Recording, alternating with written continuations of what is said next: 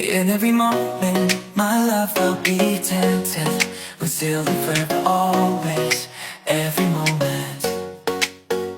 Even in the face of greatest charm.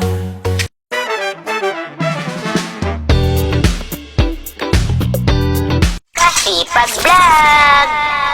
What's up mga kasipag? Ngayong araw mga kasipag, magluto naman tayo ng fork stick na Tagalog. Samahan nyo ako. Dito ay ready na yung pork na gagamitin natin mga kasipag. Konting lagay natin ng pampalasa para marinate natin ito yung toyo. Lagyan natin konti lang na toyo. And then also, maglalagay tayo ng oyster sauce para naman mas malasa at talaga manuot yung pag minarinate na natin itong ating baboy. And then, maglagay tayo ng kalamansi para pambalance yan sa mga nilagay natin na toyo at oyster sauce.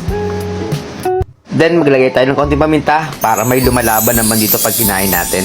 Nilagyan ko rin pala ng chili powder yan habang minamarinate natin para naman mas masarap at lumalaban ng gusto. Halu-haluin lang natin yan mga kasipag para naman lumasa yung mga nilagay natin ng mga pampalasa dito sa ating minarinate na pork.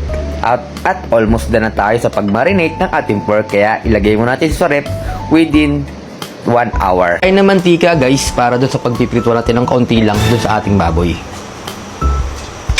Dito guys, ilagay natin to. Prituin na natin to. Prituin na siya natin yung tamang prito lang guys.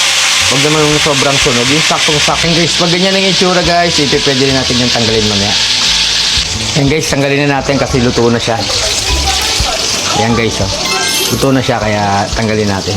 Saktong luto lang guys, huwag yung masyadong prituin kasi ilulutuin pa natin to mamaya. Yan guys, malagay tayo ng kaunti mantika.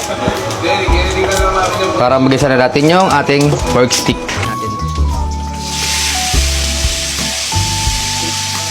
At eto na nga guys, yung itsura ng ating pork stick Tagalog.